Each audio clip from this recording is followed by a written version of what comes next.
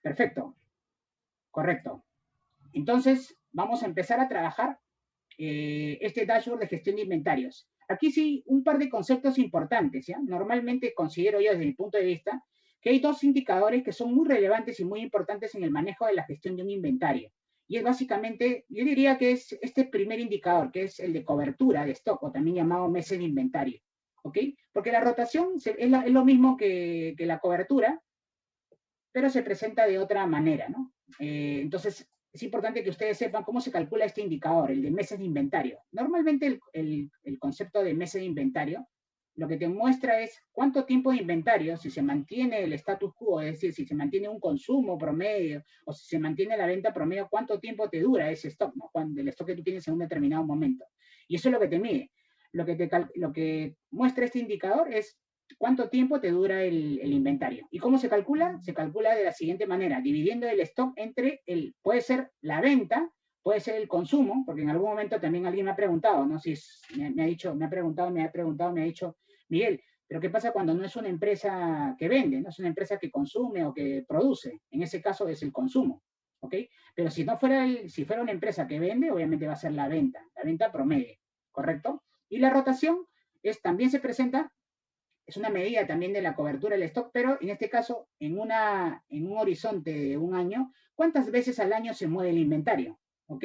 Entonces, estos dos indicadores sí los presento al inicio, porque es lo que vamos a utilizar a la hora de hacer nuestro dashboard. ¿Ok? Entonces, ¿qué vamos a trabajar el día de hoy, chicos? Vamos a trabajar estos 6 reportes. Miren, vamos a presentar primero una evolución del stock valorizado. Perfecto. Sí, sí, buena la observación de Miguel, por favor. Si alguien tiene alguna duda, prende el micrófono, si no, por favor, les pido que lo apaguen para que podamos escuchar la presentación sin tener ningún inconveniente, ¿no? Si alguien tiene alguna consulta, alguna duda, yo encantado de que puedan prender su micro. Así que vamos a presentar el stock valorizado por año y por mes. Luego, ese stock valorizado por familias, ¿ok? Luego aquí ya vamos a incluir este primer indicador, ¿no? El de meses de cobertura por año y por mes, o sea, que es los meses de inventario. Luego los meses de inventario también por familias. Luego el stock valorizado por la antigüedad. Mira, aquí se incluye un concepto muy importante que lo vamos a ver ahora, que es la antigüedad del stock. O sea, es saber si tu stock tiene movimientos y cuánto tiempo sin movimiento está, ¿no? En tu almacén. Imagínate, tienes un stock que tiene más de 12 meses sin movimiento. Ahora lo vamos a revisar en función de la cobertura del stock. Y luego, por último, vamos a hacer un pequeño ranking de los 10 principales productos, pero sin movimiento, ¿ok? Que es importante, ¿no? Porque, obviamente, cuando hablo de sin movimiento hay que valorizarlo por alguna medida, ¿no? Probablemente la medida más importante sea el valorizado del stock, porque si te concentras en atacar a los 10 productos más relevantes en cuanto a stock que no han tenido movimiento, obviamente tú vas a ir comenzando a reducir, ¿no? Ese stock que está en tu almacén, huesos, incluso hasta probablemente vencido o acabado, ¿no? Y si es por lotes también, al final tú igual lo trabajas, Frank, sin ningún inconveniente, solamente incorporas el concepto del lote. Pero el lote probablemente se trabaja para el vencimiento. Cuando trabajas, por ejemplo, si tú trabajas en SAP tienen la posibilidad de poder manejar lotes, ¿correcto? Dependiendo del tipo de material. Puede ser con vencimiento o simplemente puede ser un lote de fabricación, ¿no? En mi caso, por ejemplo, nosotros vendemos acabado de construcción y se maneja un lote, ¿ok? El lote es para identificar un poco el producto y que no se mezclen, ¿no? Porque cuando tú instalas un piso, cada piso en un lote es distinto. Cuando hablaba, yo creo que Berlich se trataba de mencionar al FEFO, ¿no? El FEFO significa que es el primero, es en inglés, ¿no? Pero es el primero que expira, es el primero que debería salir. Algo así como PEPS. El primero que expira, o sea, el primero que vence es el primero que debería salir. ¿Ok? Ese es el concepto. Es decir, para que se entienda, lo más cercano al vencimiento, lo más cercano al vencimiento es lo que debería salir o despacharse, ¿no? Para que no se termine después de malograr, ¿no? Imagínate, si tú tienes productos que están cercanos al vencimiento, estamos en enero y tú tienes productos que vencen ahora en marzo, y tú comienzas a despachar productos que vencen en diciembre, cuando tienes productos que vencen en marzo. O sea, lo ideal es que tu sistema te permita poder mandar a extraer lo más cercano, ¿correcto? En cuanto a la salida del material. Listo, entonces esto es lo que vamos a trabajar. Estos son los 6 reportes que vamos a trabajar. ¿Ok? Para eso, como les había dicho, uno de los primeros pasos es obtener la información. Así que, ¿qué hemos hecho nosotros aquí? Hemos bajado la información de nuestro sistema. ¿Y qué información tenemos en nuestro sistema? Tenemos todo esto, miren. El SKU, o sea, se refiere al código del producto, la descripción, la familia a la cual pertenece, qué unidad de medida tiene. Luego tengo el stock en este caso es el stock siempre al cierre de cada periodo. Ojo, es el stock al cierre de cada periodo. En el caso de enero, sería el stock al cierre, que sería el stock al 31 de enero a las 12 de la noche, ¿no? Imagínate que tú programas tu sistema para que justo a las 12 de la noche haga un corte y baje el stock. Entonces, la foto del stock en ese momento es lo que se baja del sistema. Luego, ¿a qué costo? Para poder valorizarlo.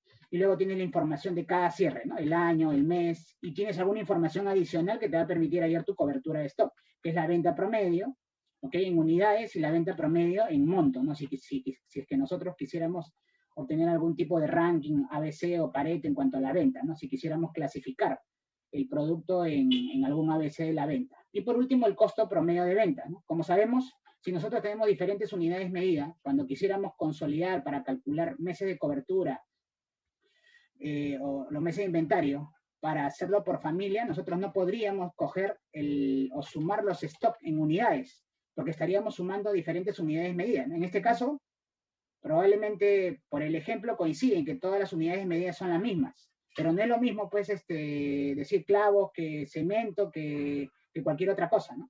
Entonces siempre se tiene que estandarizar. Y para estandarizar normalmente, cuando trabajamos gestión de inventario, se trabaja con el costo, es lo que te permite estandarizar. ¿Ok? Entonces, con esta información que tenemos de la base de datos, vamos a poder construir los reportes. Perfecto. Entonces, empecemos. A partir de la base de datos, lo primero que siempre tenemos que hacer, chicos, y siempre les pido que hagan, es que tienen que convertir esta base de datos, que está así en bruto, en un rango dinámico. ¿Por qué se convierte en un rango dinámico? Porque necesitamos que el rango sea flexible, que conforme yo agregue más información en la parte de abajo, es decir, yo agrego información de los siguientes periodos, mira, por ejemplo, en este ejemplo, está el cierre de diciembre, pero ya ahora estamos en enero. Al final de enero yo debería cargar abajo la información de enero, ¿correcto? Y de ahí luego febrero y así va creciendo. Por lo tanto, tiene que ser un rango dinámico, un rango flexible, que se permita actualizar, ¿ok?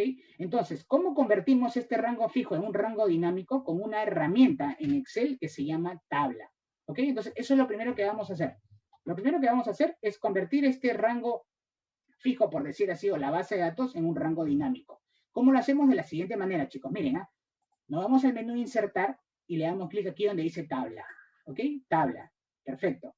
Incluso ya el Excel te reconoce automáticamente el rango, incluso asume por defecto que la primera fila es los encabezados de la tabla, es decir, el nombre de la columna, ¿no?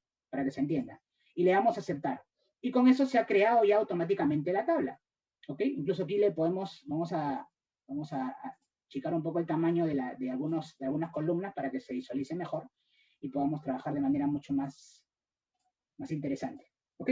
Listo. Entonces ya hemos creado nuestra tabla. ¿Ok? Entonces ya está de tal manera que si yo agrego en la parte de abajo más información, la tabla sigue creciendo. Y cualquier cálculo que yo agregue aquí en la tabla, automáticamente se va a actualizar o se va a rellenar. ¿Ok? Entonces, ¿qué vamos a hacer? Vamos a empezar a agregar algunos indicadores que nos van a ayudar a poder permitir hacer nuestro dashboard. Entonces, el primer indicador que vamos a agregar va a ser la cobertura del stock o los meses de inventario, ¿no? Como lo quieran ustedes llamar, ¿ok? Permítanme un segundo, quiero ver el nombre para que luego concuerde con lo que les voy a presentar. ¿Ok? Entonces, el indicador que vamos a crear va a ser el de meses de inventario. Y ese indicador lo vamos a llamar nosotros, también se llama cobertura de stock. ¿Ok? Entonces, vamos a crear este indicador, cobertura de stock. Si me he equivocado en la letra, es stock. Listo. Y aquí le voy a cambiar de nombre para que ustedes logren identificar cuáles son, cuáles son las columnas que son fórmulas. A ver, aquí tengo una pregunta de Raúl. Me dice, cuando le das la tabla, sí. En este caso, Raúl, en este caso, Raúl, el rango es todo completo. El Excel ya lo reconoce. Cuando tú te posicionas en cualquier parte de la base de datos, ya reconoce automáticamente el rango. Y el rango en este caso siempre va a ser el rango sobre el cual estás trabajando, ¿no? También otra forma de hacerlo, como comentaba un compañero aquí arriba, es que utilices algunos comandos. Cuando tú quieres insertar una tabla, hay un comando que es control T, ¿no? También es lo mismo. ¿Ok? Perfecto. Ok, si trabajas con producto de fecha, ¿duplicarías el producto si tiene varias fechas de vencimiento? No, porque aquí sí tenemos que consolidarlo, César. Aquí se trabaja, si tú te das cuenta, cuando tú revises la data, que te voy a alcanzar luego al final, vas a encontrar que hay una sola fila por cada material, por cada mes me refiero, ¿no? Por cada mes y año hay una sola fila. En ese caso, tú lo tienes que consolidar, porque estamos calculando nosotros cuánto inventario tenemos en función del movimiento que ha tenido el producto. ¿Ok? Lo tenemos que consolidar.